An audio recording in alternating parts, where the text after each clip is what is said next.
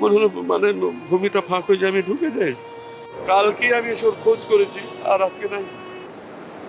কালকেই, কালকে নাই। ওর ক্ষতিপূরণ করা কারোর পক্ষে সম্ভব না। ও যে ধরনের ক্যারেক্টার করতো, যে ধরনের আচার আচরণ করতো, ওটাকে অ্যাডাপ্ট করা সবার পক্ষে সম্ভব না। একমাত্র স্মার্ট সিটি বসুন্ধরা, আধুনিকতায় এক ধাপ এগিয়ে। খুব আমাদের ইন্ডাস্ট্রির মানে মানে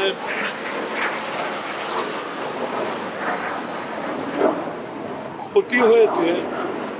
আমি কখনোই বলবো না যে এটা পূরণ হবার নয়, এটা আমি বলি না কখনো। মানে দিন যায়, সময় যায়, মানুষের সব কিছু পাল্টাই। হ্যাঁ, তা আমি মনে করি যে তার পূরণ হয়তো হবে, কিন্তু এই মুহূর্তে আমরা খুব ক্ষতিগ্রস্ত হলাম।